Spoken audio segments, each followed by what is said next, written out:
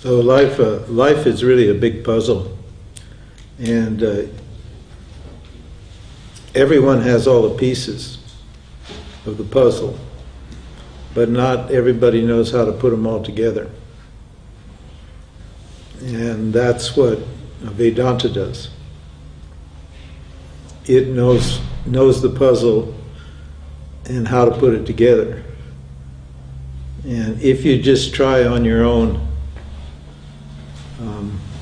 to put it together, it probably won't work. It's too subtle. The problem is too subtle.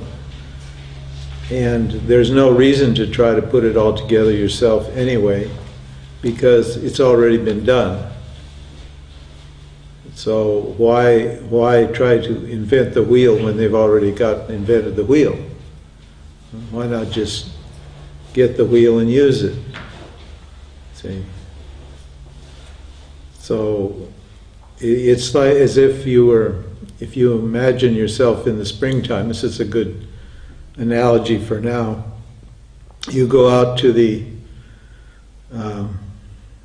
mountains, the Alps, let's say, and you go to a high mountain pass, and all the beautiful flowers are there, 40, 50 different kinds of flowers. They're all blooming. And you pick one of each flower, and you bring it home and put it on the kitchen table. And each one of those flowers has its own beauty, its own integrity. And fair enough. But if you take a vase and you begin to arrange those flowers, you can give a whole new level of meaning to each one of those flowers by arranging it in a beautiful bouquet. And what Vedanta does, it takes all of your experiences and all your knowledge, and it puts it all in a beautiful bouquet that gives it a meaning that's bigger than each one of those individual flowers, one of those individual experiences. See? It's the combined result of it's like an airplane. Nobody really invented the airplane. People have had the idea of flying forever, and slowly it developed, and the technology developed, and now you have these huge machines with 500 people flying through the sky at 40,000 feet, watching video. Now, can you say any one person is responsible for that machine, for that idea? No, you can't. It was a combined effect of thousands, maybe several million minds over a period of time, all contributed a little bit to this idea, and so now you have this amazing machine that flies through the sky. Or a computer, think of a computer. Nobody invented the computer. They had an abacus, thousands of years ago. The Chinese had an abacus, which was a kind of computer. But look at everybody's kept this idea in mind and made a contribution, and now we have these amazing devices. And they don't belong to any person. They're just their collective wisdom. They're the knowledge or the collective wisdom of humanity. And so in the same way, all the spiritual experiences and knowledge has been worked on for thousands and thousands of years. And it's resulted in this perfect machine that nobody can say they own or claim to. Nobody can put a TM or a copyright on it, because it's just the collective wisdom of consciousness as it evolved itself through the human mind.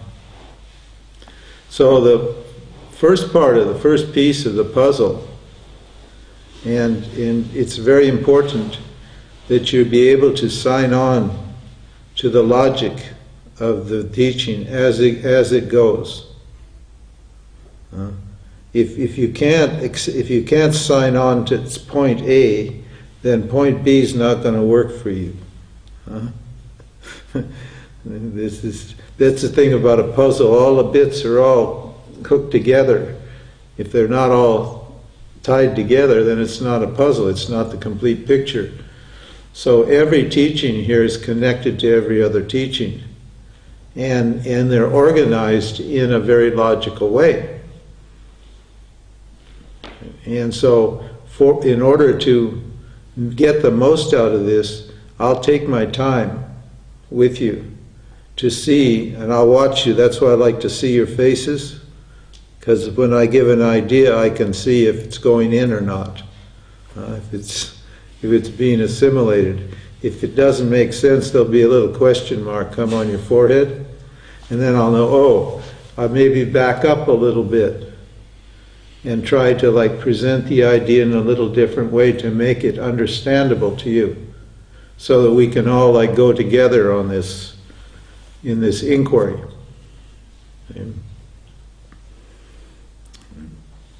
So and each, as I said, each one builds logically right to the end. And try. I hope, and as we go, I'll try to recapitulate or bring you up to date each time where we are. We'll just start at the beginning each time, but I'll make it shorter and shorter, more and more compact, so you can get the whole flow of the ideas. There are not a lot of them ideas, but you want the big picture. That's the idea of Vedanta, the vision of non-duality. We want to have the outline of this puzzle, so then you can see where the pieces fit. It's really important to get that outline. When you read my book, I always tell people, be sure not to skip. Ladies all skip to the chapter on love. Don't skip to the chapter on love. Start with the first chapter. You'll get to the love business in the end. Don't worry about it. It's okay. Because this teaching's not about fit. We're not meant for Vedanta. You're not meant to fit your idea, the teaching into your idea. Everybody's got an idea what enlightenment is and what spirituality is, and they very often try to see if Vedanta fits with their idea. See? But that's not the way to do it. You should see if your idea fits with Vedanta. That's why we need to present. You have to understand what the Vedantic idea is, what the truth is, and then you evaluate your idea with reference to the teaching, not the other way around. If you're evaluating the teaching with reference to your idea, we're going to have a big argument. And we don't argue. I mean, I'll argue with you if you want, but it's a waste of time, because I've been doing this so long and I'm so good at it. I'll definitely beat you. So there's no point in arguing about it. It's just a question of being open enough to take your beliefs and opinions when you come here and set them aside if you can. We call it Shravana, the teaching, the methodology of Vedanta, and Vedanta has a very distinct methodology, is Shravana, Manana, and Nididhyasana. That means you have to listen without prejudice. You're not listening if you're evaluating. You just listen, and the words will make sense. They'll speak to your heart, and they'll make sense to you. You don't have to judge them. If you can. It's very difficult. I understand how difficult that is, just to listen without thinking about it. Later on, after you've heard it, after you've heard the hour, then you can take your ideas, your beliefs and your opinions, you take them off the shelf and you start getting them to interact. We call that manana. Then you get your ideas to interact with the teaching. You make a dialogue with the teaching and evaluate what you believe in light of what you've heard, assuming that what you've heard is the truth and what you believe may or may not be the truth. We're not saying you don't know the truth on a particular topic. Maybe you do. You just have to be open-minded enough to see if the way you see it is in harmony with the words of Vedanta. Because it's never really an argument. It's just something you either understand or you don't understand. Okay, so the first piece of the puzzle, and this is where it starts with everything in life, is what do I want? What are my motivations? See, because how can you get anywhere if you don't know what you want? And in life, everybody wants to be happy and free. Is there anybody that wants to be miserable and suffering here?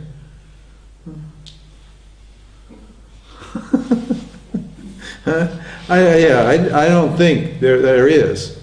You may get some misery and some suffering, but that's not because you want misery and suffering. That's probably because you're incompetent or inefficient in getting happiness here. But it's not for lack of the intention. Everyone has the intention. They want to enjoy themselves and be free and happy and feel complete and whole. That's what we're doing here.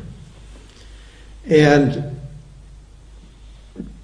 if that's true for you, and I think it probably is, that's the first little piece we need to sign on to. Okay? Point number one. Now, when people want to be happy and free, what do? Well, they start chasing things or pursuing things that they believe will make them free or happy. Isn't it? What is the first thing that you worry about in life? Well, the first thing you worry about in life is security. We call that artha in Sanskrit. I'll just once in a while throw in the Sanskrit terminology, just to show you that I'm not cooking this up, okay? Chapter and verse. So you can't blame me for what you hear. When I get up here, I'm like the dealers at Las Vegas. You know, have you been to Las Vegas? They go like this. Huh? They show you, that there's nothing up the sleeve, their hands are clean, they walk out. So if you got an argument, you blame the scripture. Don't blame me. I'm a good guy. But I may have to deliver bad news. I don't want to deliver bad news, but it may deliver bad news.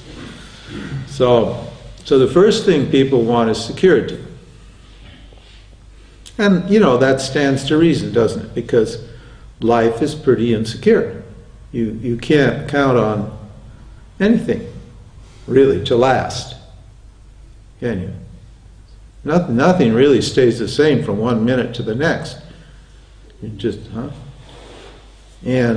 so there are many avenues, many ways in which you can find security. You can try for financial security. That's an important one. Most everybody worries about it. Does anybody have enough money?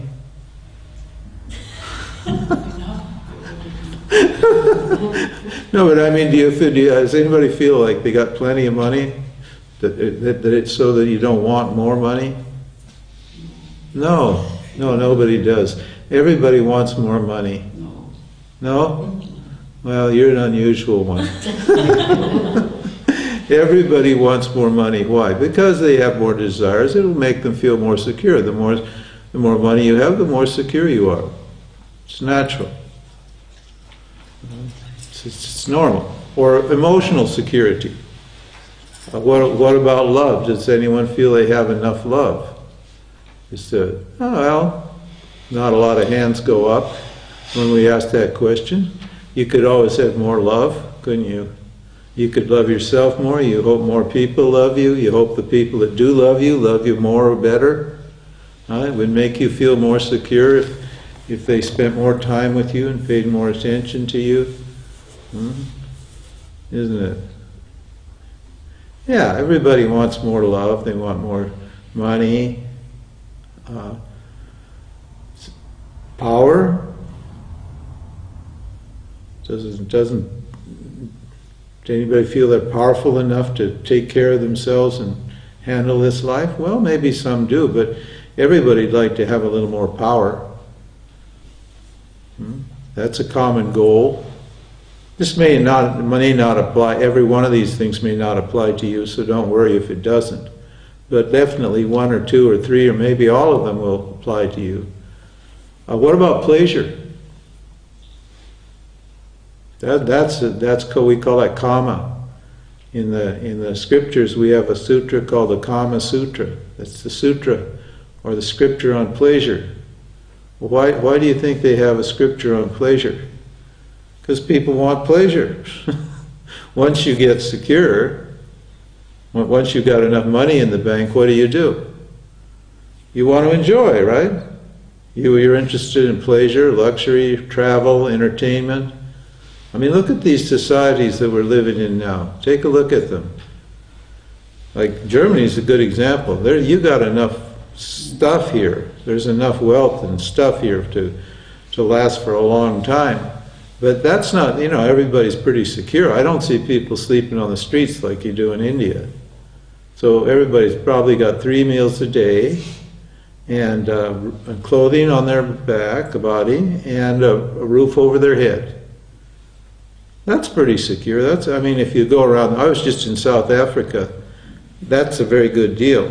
And the people who have that in South Africa, they have huge high walls and electric fences and guard dogs and security people running around. Believe me, you won't believe it. You don't walk out on the street there. You don't just walk on the street there. They're secure. We're secure, but now what do we want? Now that we're secure, well, we want to have a good time. Look at the entertainment industry. How much of our energy is put into entertaining ourselves? The internet, the newspapers, the music industry, huge industry, music. It's not necessary. You don't need this stuff, but that's where it goes. That's when you feel a little secure. You got a little extra luxuries. How about all the luxury goods? I go through the airports all the time, and you don't know what the airports are like. They have this huge gauntlet. You have to get to your gate. You have to walk through this huge gauntlet of shops, and all this really expensive junk, These handbags and chocolates, there's not one thing in there that anyone could possibly need. No, not one thing. But yet, and the people are, and even on the plane, you can spend your money. The first time I ever did it, I did it yesterday or the day before. I was reading a glossy magazine on the back of the plane, and they had a little, I didn't have the money for the fancy stuff, but I saw a little digital scale for doing your luggage, for lifting your luggage. So when you travel now, it isn't like the old days. I could schmooze somebody at the counter and get them to give me an extra 5 kilos. You can't do that anymore. 5 kilos will cost you like $50 or $100. So you got to weigh everything. So they had one of those, and I actually bought one on the airplane. Can you imagine? Yeah, and they gave me a receipt. They have a little computer, they printed out a receipt, gave me everything. That's it. Luxury. Huh? A virtue. Here's another thing that people pursue. Okay, let's say you're secure and you're not interested in pleasure, or life is pretty good for you. But very often what people want is they want to be better people. Does anybody feel that they're a good enough person? Huh? No, we all want to be a little better. We all think we could be more pure and holy and kind and sweet and generous and loving. And isn't that right? Yeah, that's right. You do. That's called virtue. In these cultures, in the Christian cultures, they tell you you're not, when you come out, when you pop out of the womb, they tell you you're a sinner. Isn't that right?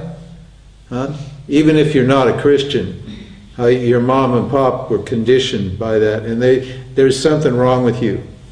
There's nothing wrong with you. I mean, you look at a cute little baby. What's wrong with that cute little baby?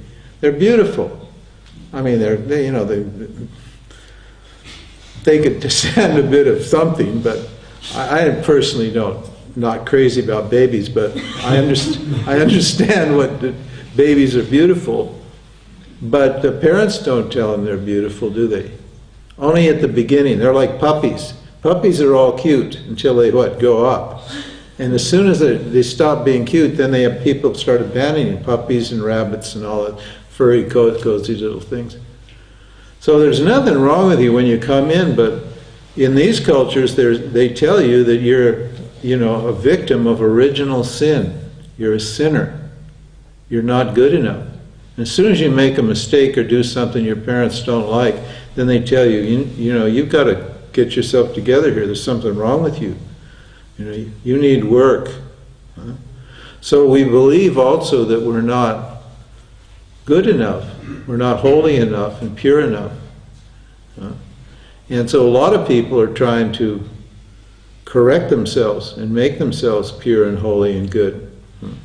That's called the pursuit of virtue. Fame, but people don't feel recognized. You feel small. There's a little small person inside. You feel like nobody notices you. So then you want to be recognized. You want people to appreciate you. So all of these, you fill in the blanks. We don't need to go through all of the human pursuits. But all of those pursuits are meant to what? Make me feel adequate, whole, complete, happy, and free. And to be fair, if we're going to be fair, we're going to be reasonable.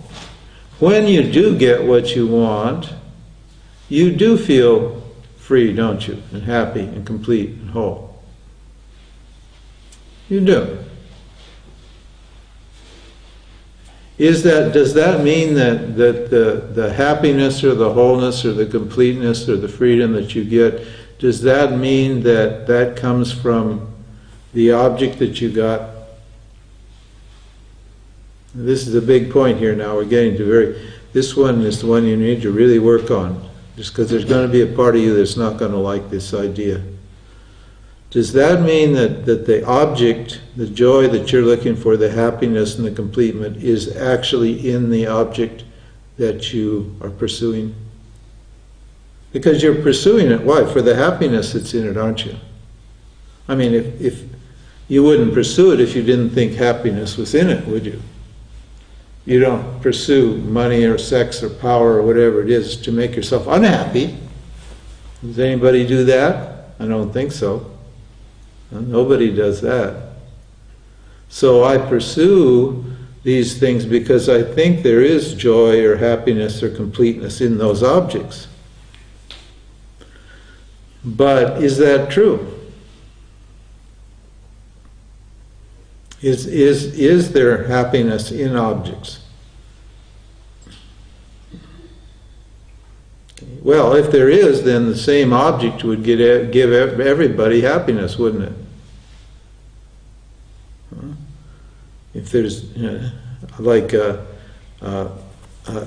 granny who knits, knits socks and makes sweaters and little wool caps for her grandchildren. She's not going to have a lot of fun bungee jumping, is she? I mean, the young kids, they say, "Oh, happiness is in bungee jumping. Come on, Granny, let's bungee jump. This really makes you happy, huh?" Now, can you see Granny standing on the edge of a bridge with these things there, with her little needles? And she's going to get joy out of jumping down and going down like that? I don't think so. I think Granny's going to be miserable, huh? Hopping off that bridge. And what about these young, fit guys? Are they going to have fun there, with their little knitting needles, darning their socks for their girlfriends? I don't think so, huh?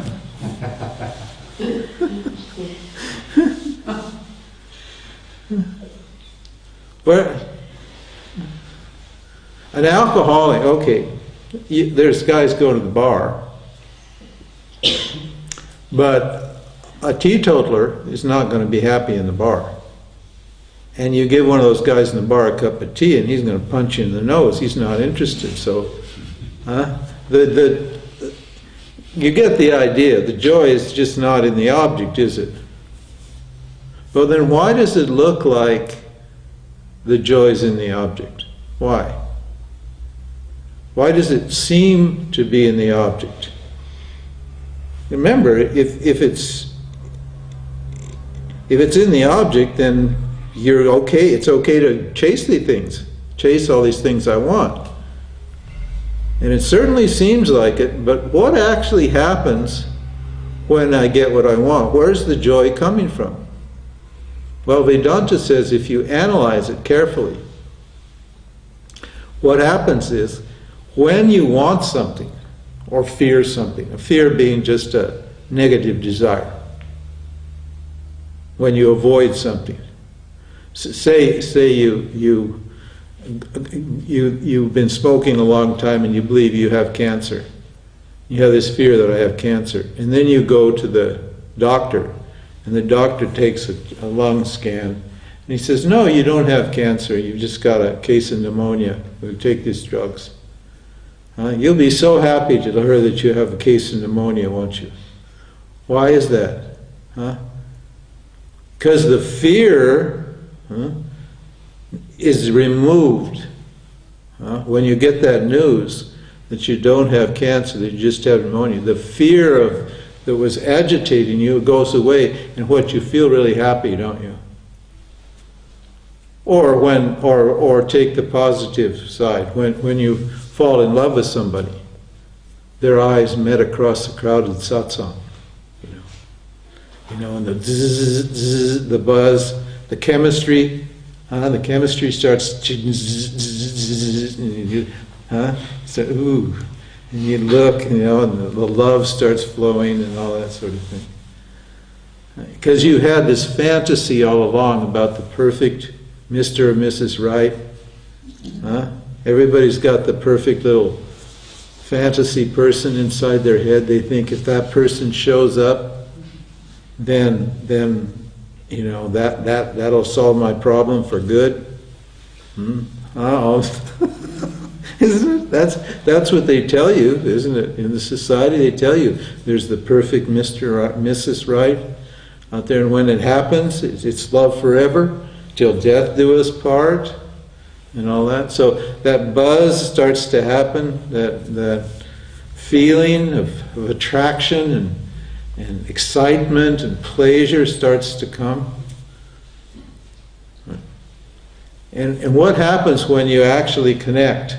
When that fantasy, that craving, that desire that was there, where does it go? It disappears. Because you got the object. He loves me, I love him. And then there's this great feeling of love and joy and peace and happiness comes to you. Well, did it come from the object? No. It came from you. I don't understand this. This is so important to understand that the joy is not in the objects. The joy comes from you. You're the cause source of the joy, not the object. But why does it seem like the joy is in the object? Because when the desire is removed, the love immediately floods your mind and you associate it with the object. The object was just a catalyst that released your own joy. It didn't bring the joy, because there's no joy in the objects. The joy is only in the self, in yourself, in the subject. But because this trick was that when the desire or fear goes, joy comes into your mind. And you don't see that that's where it's coming from. You think it's in the object. You're extroverted. See? So, if that's true, then why shouldn't I go for the joy directly? If myself is happiness, if myself is joy, if myself is wholeness, completeness, if myself is freedom, these are all synonyms, however you want to, whichever word works for you is fine. They're all synonyms. If that is the nature, what I'm looking for is actually myself, then why am I looking for it outside in objects?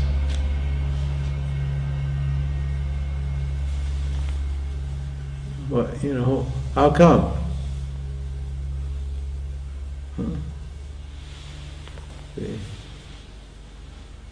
Doesn't it stand to reason that I should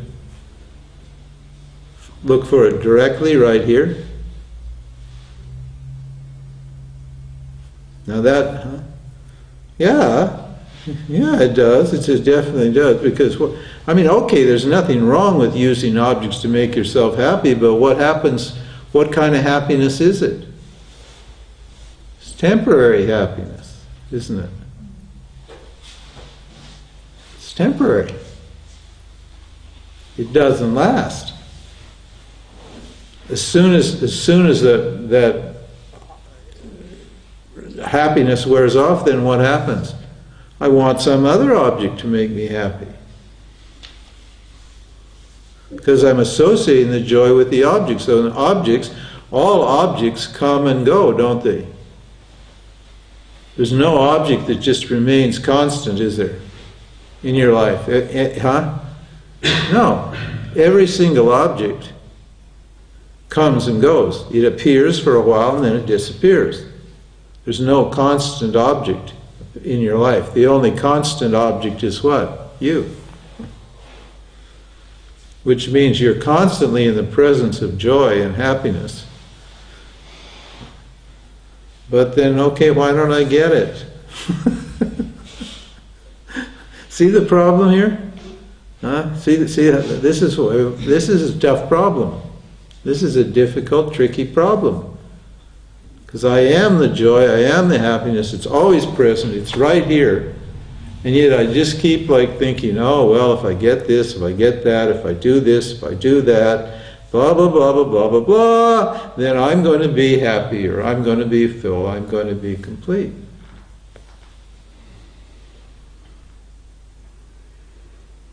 And this fundamental distinction between the self, me, and the objects appearing in me is what Vedanta and self-inquiry is all about.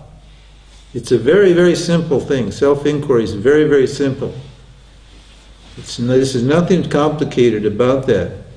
It's just like constantly, continually discriminating who I am from the objects appearing in me. That's all there is in experience. If you look at your own experience, just think about your own experience, and everybody's the same. There's not a lot of different people here. There's just one person having the same experience, and that is what? There's me, this conscious being, this awareful being, and then there's objects appearing in me, isn't it? Yeah. My body appears in me. That's an object. My feelings are known to me, aren't they? They're objects. My thoughts me? No, my thoughts are objects. My beliefs, my opinions, those are all objects that are known to me. That they can't be me.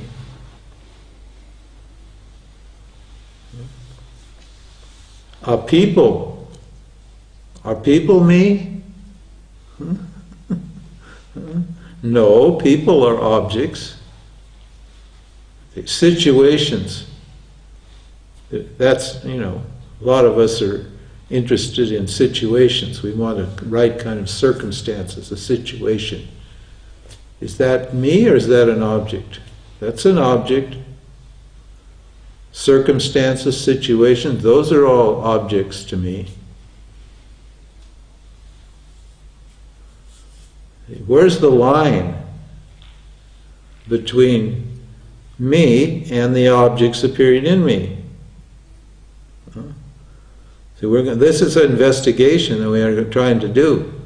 We're trying to determine where I end and where the objects begin. What's the difference between me and the objects? Because by chasing objects, I know I'm not going to get lasting happiness. Is anyone happy with temporary happiness? No, if you were happy with temporary happiness, you'd be happy all the time because you get temporarily happy and that's it, isn't it? But nobody's happy with temporary happiness. Huh?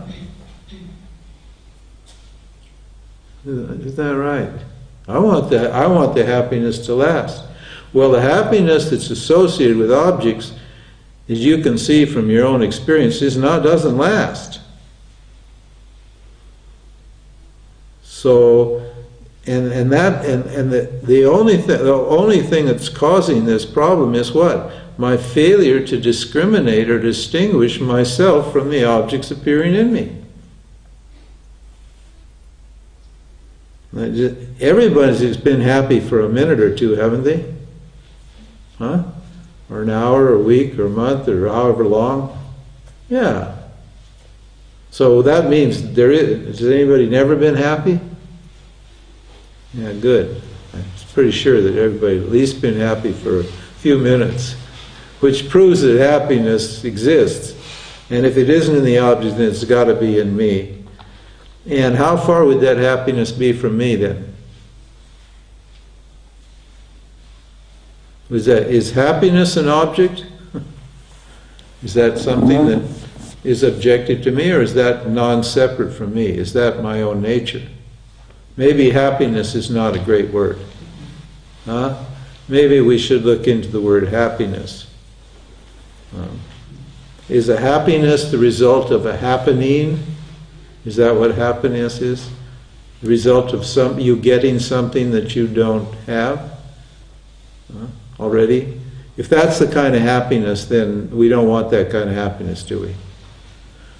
The kind of happiness we're talking about is a sense of wholeness and completeness, a freedom from desire and fear. That doesn't necessarily mean ha ha ha happy. That means feeling complete and satisfied and full. So let's call it fullness or completeness or wholeness or freedom. It's a little better word than happiness. See, is this, and the whole issue here boils down to what? Is the self, am I whole and complete and full, or am I incomplete and not full?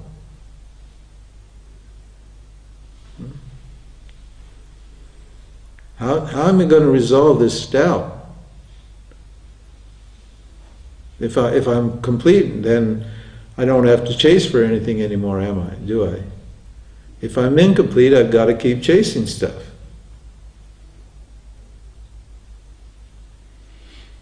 See, this is not a philosophical issue. This is not an intellectual issue. This is an existential issue, isn't it?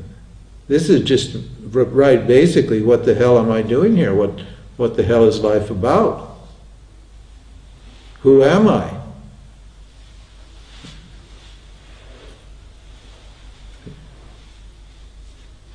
Now the subject of Vedanta is freedom. And what Vedanta says is this. This is the logic so far.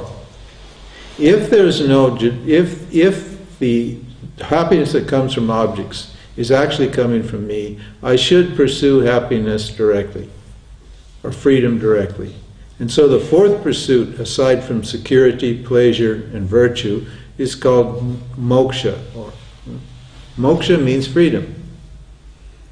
Freedom seekers are different from security, pleasure, virtue seekers, because they've realized that there's no joy in the object. Hopefully that's where everybody in this room is. Because if you're not, then you won't be able to go on to the next stage. You won't be able to understand the next teaching. You'll still be expecting something to happen in the world that's going to make you happy. So mumukshu, we call it, we have a technical term for these people, they're called mumukshus. A mumukshu is somebody who just wants freedom. They don't want the object.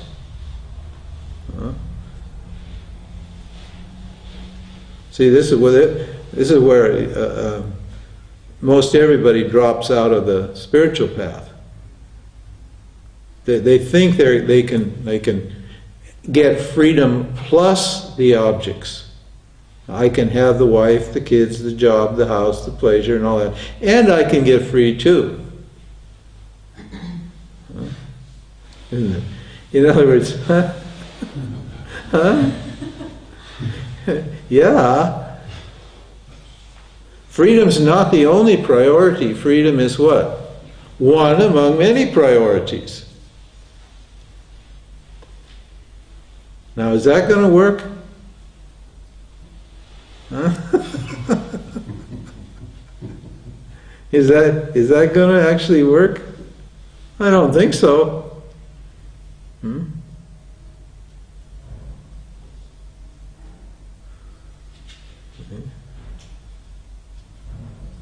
Yeah, this is a big moment to think about, because to pursue anything properly, money or pleasure or virtue, you should do it 100%.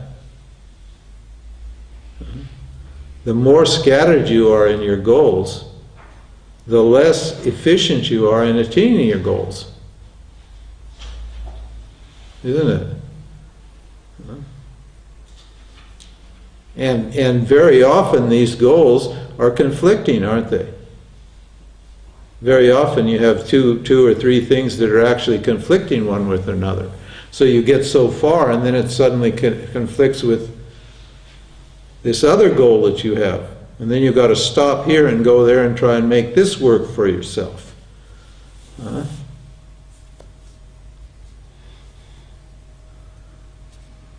See, the self is only one. You've only got one self. Does anybody have more than one self? I don't think so. You only have one self. So pursuing a lot of different things is not going to get you yourself, is it? You've got to pursue the self if you're going to get the self. If you want to pursue money or pleasure or virtue or power or fame or whatever it is, then go for that. But don't go for yourself. Don't go for freedom. We say, Vedanta says, that the nature of the self is free. It's limitless. So I should be 100% focused on finding out who I am.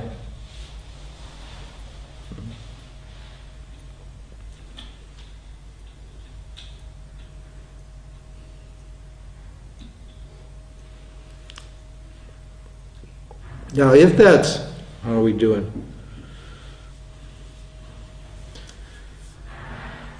If that's true, then how do I get free? That's the second topic. I'm clear, I only want freedom, and freedom's the nature of myself. Well, how am I going to get myself? How am I going to get this freedom that I have, that I am? Is that freedom gained? Can that be gained by the pursuit of, by an action, let's say, or an activity? Because that's generally how we think about obtaining something, isn't it? You think, I should do this. Okay, now you tell me that I'm free and that I want to be free and happy, my nature's wholeness and completeness and fullness. Then what should I do? Well, what am I supposed to do about it? And when you get to this point in your life, this is a reasonably mature person. That's what we define as a mature person. A qualified spiritual seeker, somebody who comes to that point in their life and they realize, hey, freedom is all I want. Then when you get to that point, you become spiritual. That's what happens. You start interested in spiritual books. Maybe you get into meditation. You hear about meditation, yoga, satsang. You know, all these books, the New Agey stuff. There's tons of stuff out there, spiritual. And everybody out there, and there's a huge now spiritual marketplace. All of them promising you like happiness, freedom, enlightenment, blah, blah, blah, whatever it is, they're touting it. And everybody's got their own technique, don't they? Everyone's got Kundalini. Do you want to raise your Kundalini? Huh? That'll do the job for you, won't it? You know, there's the energy, it's hidden down here in the bottom of the spine, in the lower chakra. It's sleeping there, and you're meant to, do some.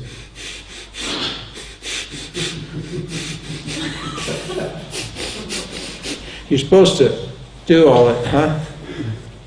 You do all this stuff. You eat things, and I did it. I swallowed yards of cotton and pulled it out. Yeah, you purify. You have to get purified first, so that Kundalini can go wiggling up your spine.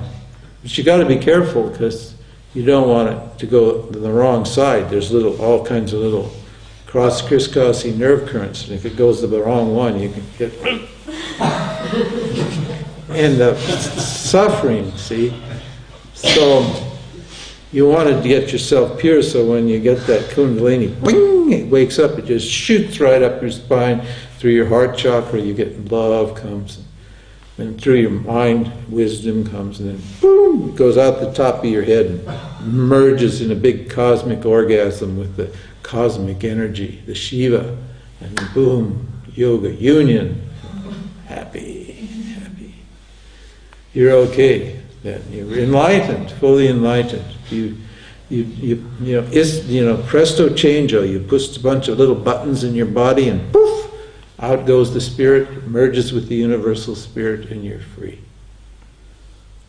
Meditation. You can just sit and watch your breath. Watch it go in and out for years. Some people watch it.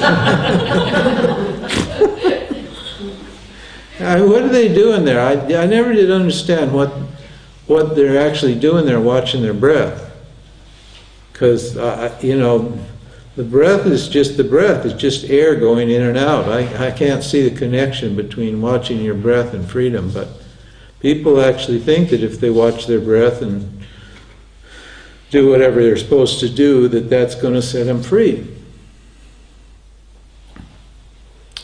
So in the spiritual world, that's the main thrust of the argument, is that since you work so hard in the world to get all those things, do all that stuff, and it didn't work for you, now you got to go to work in the spiritual world, in the spiritual salt mines, and get out your pick and shovel and do all the hard digging there in the spiritual world, and that's going to what? Set you free. Well, hey, what's wrong with that picture?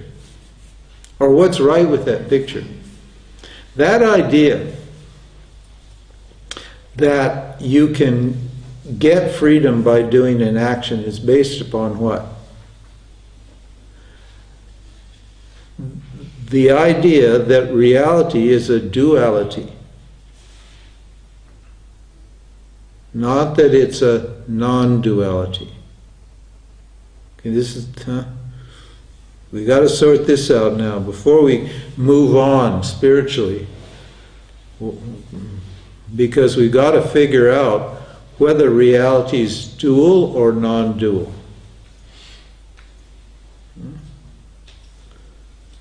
Because if reality is non-dual, is there anything I can do to get free?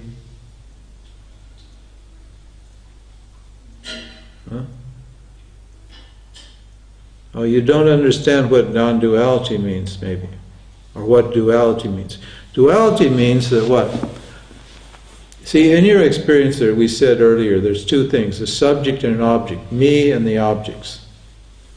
And the objects, I believe, are different from me. Isn't that right?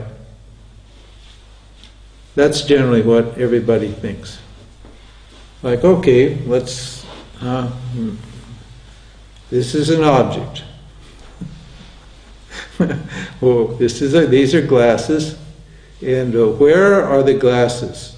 Where's the location of these glasses? Here in my hand. Is that correct? Come on, all you smart people who know the answer, don't cheat.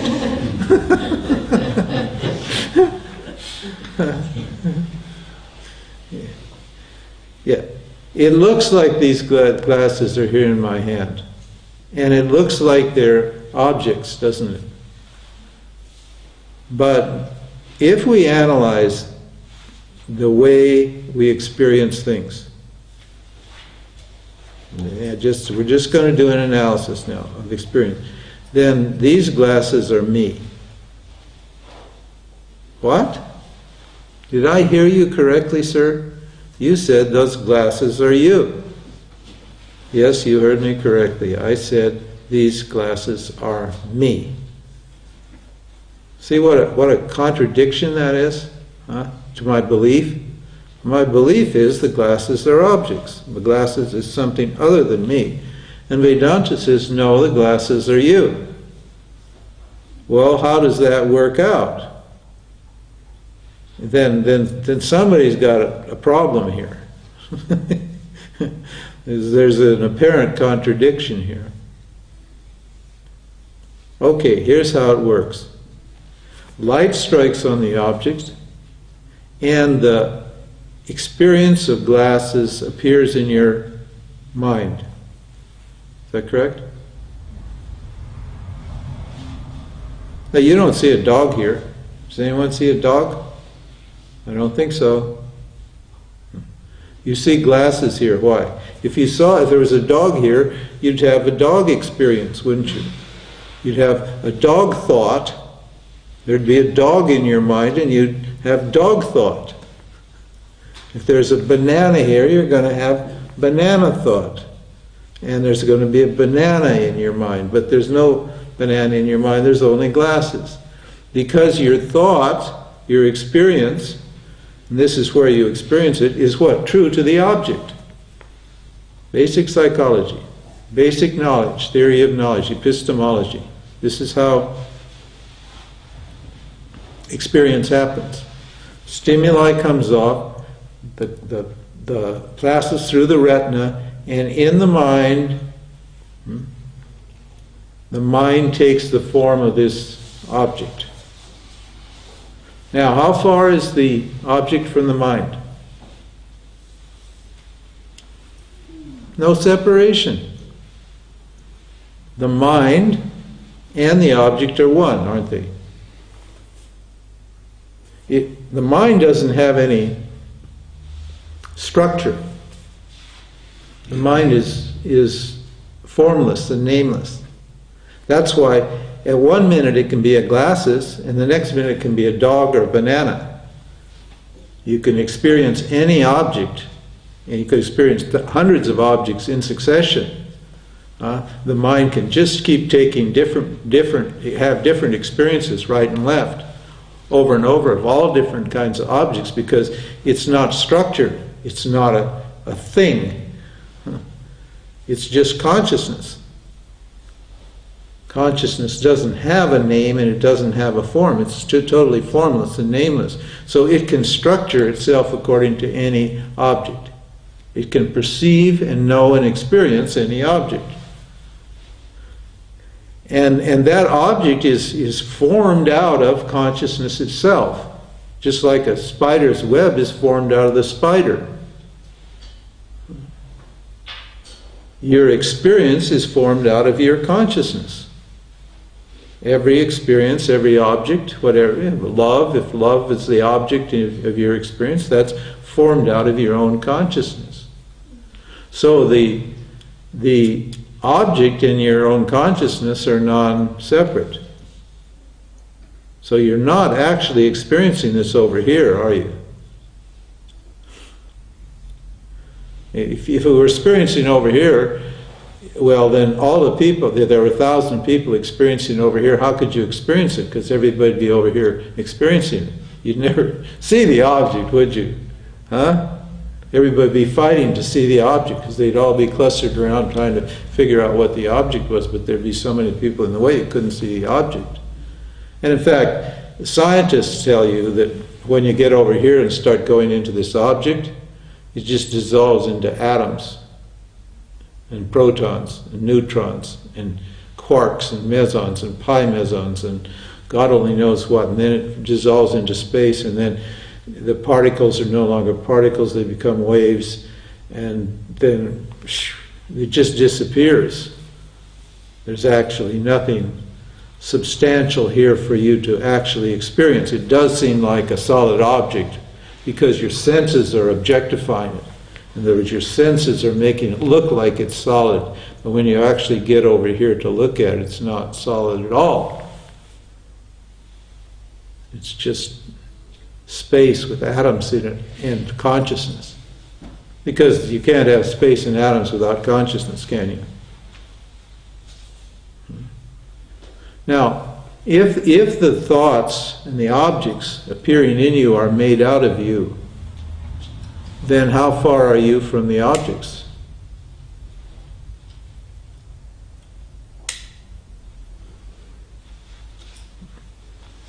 That's what non-duality means. The objects are non-separate from the subject. So this is me.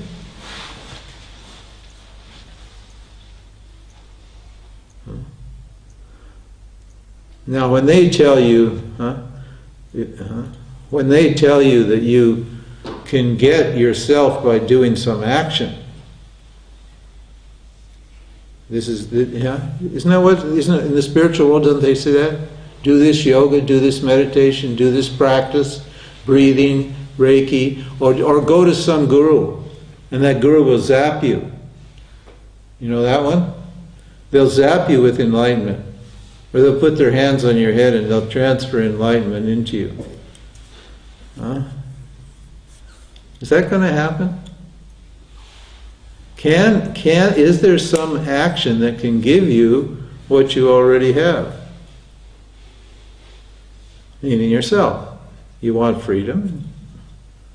Is there some action that you can do that will actually give you freedom? Will make you whole and make you complete.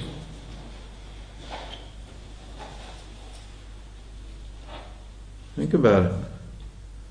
See, we got it. This is like killing rats. I lived in a cabin, and we had rats. And you had to trap the rats. You had to find all of their holes and block them up, and then you could shoot them. I had a .22 and I'd shoot them. And because you can't live out in the mountains with rats. So the rats will chase you out. So this ego, this person who's doing all this, we're going to closing all the holes now. So you better try to run away quickly, because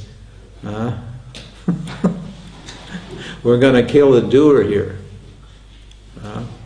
We got to stab the doer. I'm going to put a knife in the doer. Yeah. Because if you're going to find out who you are, you're going to have to give up doing. You're going to... Because Vedanta...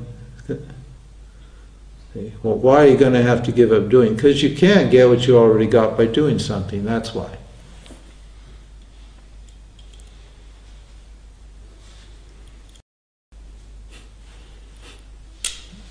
So that throws out 99% of the spiritual people, doesn't it? The spiritual path. Vedanta's not spiritual. If anybody here thinks they came for some spiritual stuff, they're wrong. We're not spiritual. There's nothing spiritual about this. This is just common sense. That whole spiritual business is all about what? Doing something, being something, to get something that you don't have. Isn't it? Fixing yourself or obtaining something. Now, you know, with action you can get something you don't have. Or you can get rid of something you do have. There's no doubt about that. So action has a certain utility in this world. But to get what you already got, what can you do? You can only know that you got it. Can't you?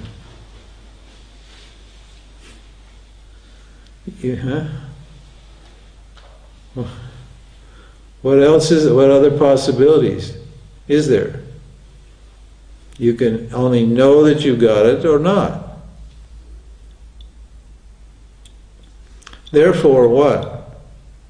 If I want freedom, I should what? Become a jiññāsu. A jiññāsu means someone who wants to know who they are. I should pursue knowledge. A jiññāsu comes from the word jnanam, and it means to know or to knowledge. So a jiññāsu is a person who wants knowledge. He's not interested. The only result that person wants is knowledge. And the pursuit of knowledge is different from the pursuit of other objects. In this case, self-knowledge. We're talking about self-knowledge now. Why is that? Because if you can understand who you are, you won't need to understand anything else ever again. That's what Vedanta says. What is it? Knowing which everything else becomes known.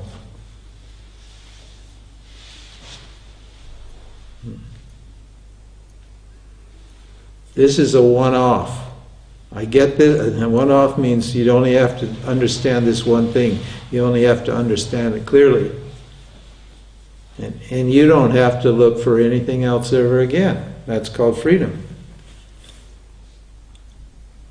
That's self-knowledge. Because your self is already free. And when, tell me this, when are you not present? If you have an object, if the object is making you happy, then you got a problem, because the object, no object will remain in front of you present all the time, will it? But your experience shows you that. Experience shows you that no object ever remains present. 24/7. Every object, all the states of mind, states of consciousness, feelings, thoughts, ideas, circumstances, situations, physical objects, they come and go.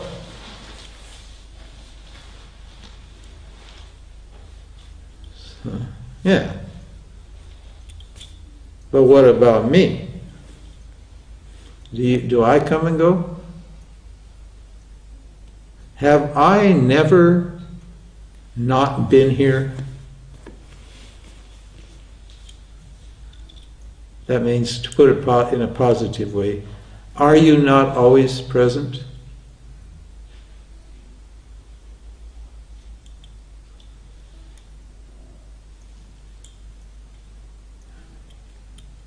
Yeah. Can you tell me? Okay, I'm asked. Think about this. Have you ever not existed? It's a trick question. And the answer is no. And why is the answer no? Because to say that you did not exist, that you do not exist, you'd have to be there to observe your non-existence, wouldn't you? Huh? To say that you're not present, you'd have to be here to say that you're not present, wouldn't you? But can you ever find a moment when you're not present? Some clever person's going to say deep sleep, I know it. Are you not present in deep sleep? Yeah, you're definitely present. When the neighbor turns on their stereo at 2 in the morning, the kids live next door. They've been out partying, and they're drunk, and they're high, and they come home, and they want to keep the party going, and you're sound asleep next door, and they turn on their boombox and start partying. Are you happy when to be waked up? You're not happy. If you were not there, you wouldn't be bothered by their noise. You're definitely there. You're definitely there, and you're enjoying what? Sleep. You're enjoying yourself without objects. You're happy, you're complete, you're whole, everything's fine. Yeah, definitely you're fine. And suddenly what? You're taken away from yourself, or apparently from this experience of bliss and happiness, and you're quite unhappy. Which only what goes to show that you're even present when you're sleeping.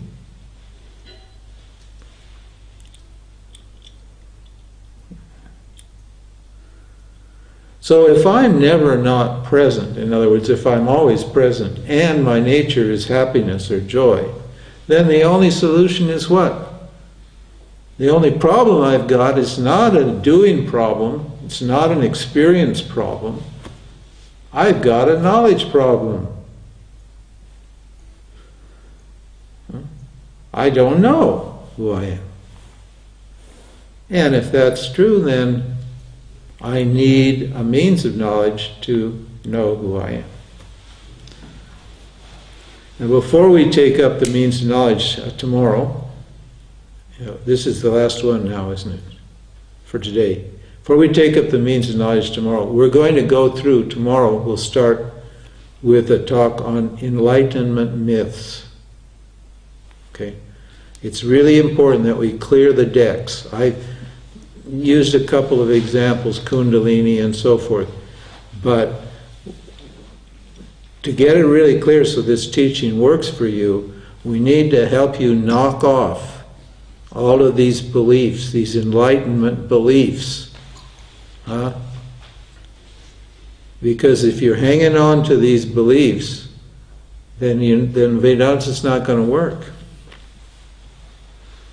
You can't have your cake and eat it too here. The reason I explained to this about experience and duality and getting what you want is because all of these enlightenment myths are based upon the notion that reality is a duality. But Vedanta contends that reality is non-dual. And therefore, if reality is non-dual, the only solution to my problem is knowledge, self-knowledge. But you see, that's not a popular view in the spiritual world. So we've got to attack these beliefs. Mind you, when I attack them, there's nothing personal. Okay? That's my job. I'm a good guy. I'm the good guy. But we need to tear these things up and put them in the trash because they're not working for moksha, for enlightenment. And it's going to be hard for you. I'm sorry. I don't want to hurt your feelings. And it's not personal. But when we go through them, using this logic that we've set up so far, you're going to see how those things don't work. And then we can get on with Vedanta. Okay? So tomorrow, we'll start on the Enlightenment myths. Just to recapitulate, I don't want what? I don't want objective or limited happiness. I want lasting happiness. Okay. Point number one. Lasting happiness or fullness or completeness or wholeness is the nature of myself. That can only be known, it cannot be gained by some action.